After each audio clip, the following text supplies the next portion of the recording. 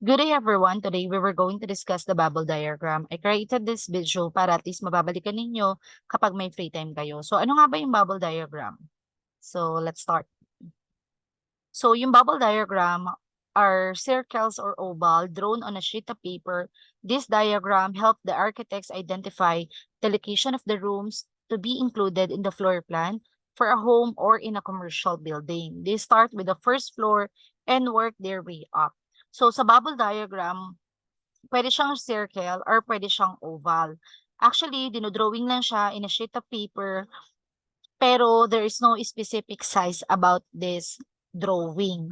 Yun nga lang, merong iba na very OC sila sa pag-create ng bubble diagram. So, hindi nila dinodrawing sa paper.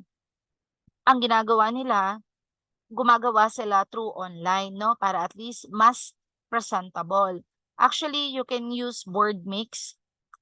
Pwede siyang ma-access free para makapag-create kayo ng bubble diagram. Later on, ipapakita natin. So, another definition for bubble diagram are systems of lines and circles used in architectures to show relationship between functional areas of a program to develop an architectural plan. So dito sa bubble diagram, pinapakita rin natin ano ba yung connection ng bawat isang location sa iba pang mga rooms, no? So like for example, yung entrance, yung CR, yung kitchen area, ano ba yung relationship niyan with each other? So next, yan, an architectural bubble diagram consists of first one is the circular shape or yung bubbles nga. Pwede siyang circle, pwede siyang oval. So, it should represent a room or separate space within the building. So, inire-represent nito yung isang kwarto o kaya naman isang space na nakaseparate dun sa building, na nakaseparate but within the building plan. So, later on, ipapakita natin, no? And then, meron tayong tinatawag na mga connectors, yun yung mga linya na dinodrawing natin between dun sa mga circular shape. Again, yung mga circular shape, nagre-represent sila ng room or separate space within the building plan. Yung mga linya naman, nagsiserve siya as the connectors. Okay? Para mapakita natin how the people in a room or space could access other space in the building. So, para mapakita ninyo sa bubble diagram, paano ba na-access ng mga tao yung bawat room or bawat space doon sa floor plan ninyo or sa building ninyo. So, this is some of the example ng bubble diagram. Like for example, ito. Sundan ninyo yung cursor ko ha, para mas malinawan. Like for example, this is the service entrance. Pag pumasok, okay, let's start with the parking. Ito yung parking. So, dapat sa floor plan ninyo, nandito rin talaga yung parking. Kung sa floor plan ninyo, nandito yung parking, edi dito nyo na lang ilagay yung parking.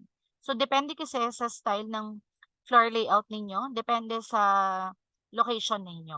So, ibase ninyo yung bubble diagram based doon sa pinaka-floor layout ninyo, yung pagkaka-arrange nyo doon. This is the parking. Pasok ka, service entrance. Then, pagpasok mo, makikita mo agad yung kitchen. Pwede to sa mga empleyado, di ba? Tapos pwede sila mag-washroom. And then, pasok na sa, then yung services stairs, pwede rin makapasok sa staff washrooms. Pang-employee lang yan. So, pwede rin naman din ganito, parking, pasok sa main entrance, pang-guest naman to, pasok sa waiting lounge, or else, pwedeng dumiretso sa reception.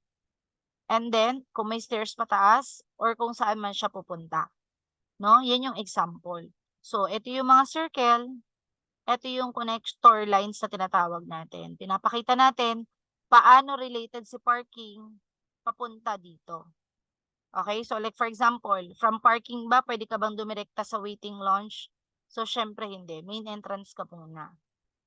From parking ba, pwede ka bang pumunta agad ng kitchen? Syempre hindi. From parking area, may service entrance muna and then pasok sa kitchen. Okay, so ganun din kapag ka-guest naman.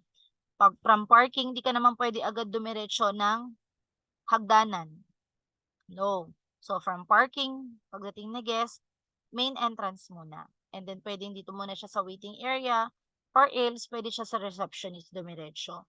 So yun yung sinasabi natin na yung mga lines is the connectors or para makita natin ano ba yung relationship ni parking or paano ba yung flow ng mga guest doon sa isang establishment.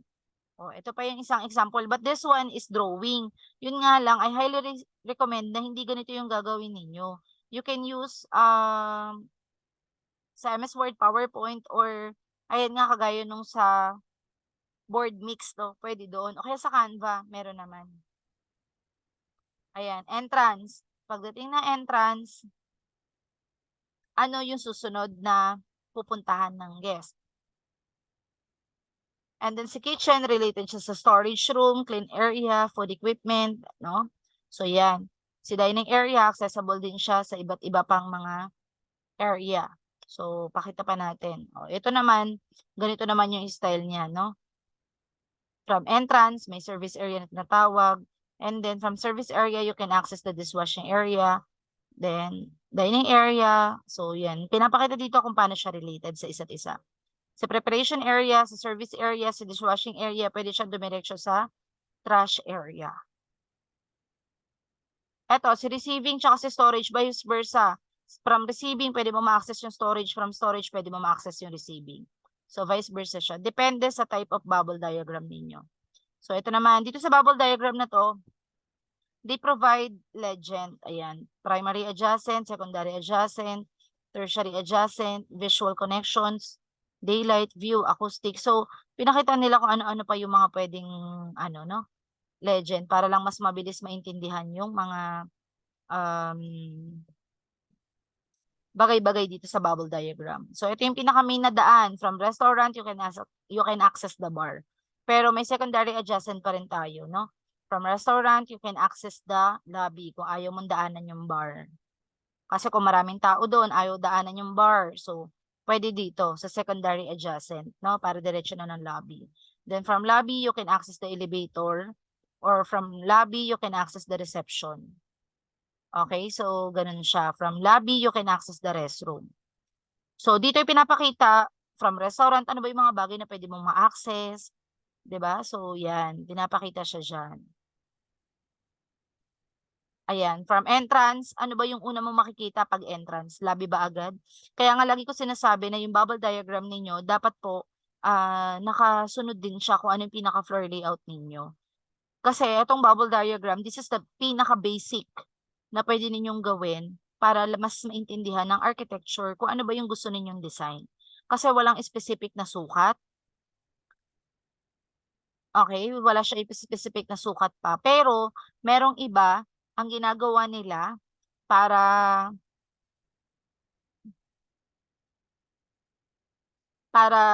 yung iba ginagawa nila para ma-identify yung sukat base sa ano to?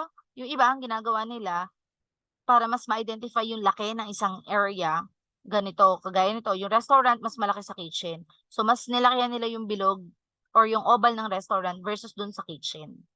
Tapos yung back of the house, mas maliit lang. So, mas nilitan nila yung bilog. Nagets? So, minsan, wala mang specific na sukat, pero ang ginagawa nila madalas, pag mas maliit yung area, mas pinapalit nila yung bilog. Pag mas malaking area, mas pinapalaki nila yung bilog.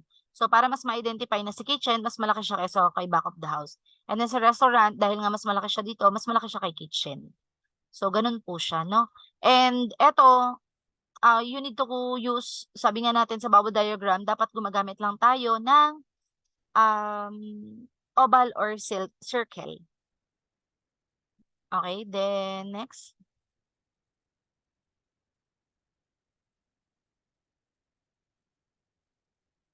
Oval or circle line lang.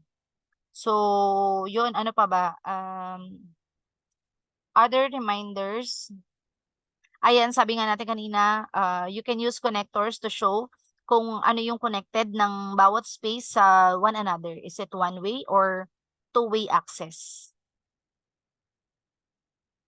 And then, ayan, you can use solid color sa isa't isa to make it difference from others. Parang eto, gumamit sila ng iba't ibang kulay para mas madaling ma-identify kung ano yung pagkakaiba-iba. Okay, then ayan, pwede nyo rin siyang lagyan ng label. Ito ay restaurant, ito ay lobby, ito ay kitchen. So, pwede rin siyang lagyan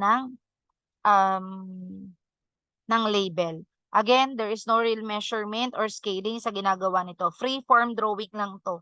free will kung paano mo siya ido-drawing para lang mas maintindihan natin kung paano ba yung floor plan na gusto ninyo. Okay, then next is, ayan, dito kasi mas simplify yung visualization ninyo, kung paano ninyo gustong visualize yung arrangement ng business ninyo, restaurant man 'yan, resort man 'yan. So, simplify 'to. At saka yung bubble diagram kasi mas mabilis siyang gawin bago kayo gumawa ng floor layout 'no. And the bubble diagram also give the clear structures to the design plan. Identifying yung mga spaces sa mga building, it shows access direction sa bawat isa, and then it demonstrating the relative size of each room. So, yun lang. Ito yung ano, yung sinasabi ko na board mix. Ayan, ito yung board mix na tinatawag natin. Pwede kayo magpunta diyan. I think pwede kang gumawa dito sa board mix ng bubble diagram for free. Or else pwede namang Canva or at saka yung gusto ko sa bubble diagram ninyo merong legend para at least mas ma-identify ninyo kung ano siya. Kagaya niyan, dito naman ang kinulay niya base for 'pag ganitong kulay daw public area, 'pag ganitong kulay semi-public, 'pag ganitong kulay semi-private. Eto mandatory, 'di ba? So, nilagyan nila ng legend para at least mas mauunawaan natin kung ano ba yung mga nakalagay diyan, ba't ganyan yung mga kulay. So, gusto ko sa bubble diagram ninyo lagyan ninyo ng legend para mas maging maayos siyang tignan, okay? So, that's all lang for today. If you have any questions, message lang sa akin para at least ma-address natin. Thank you so much. Bye.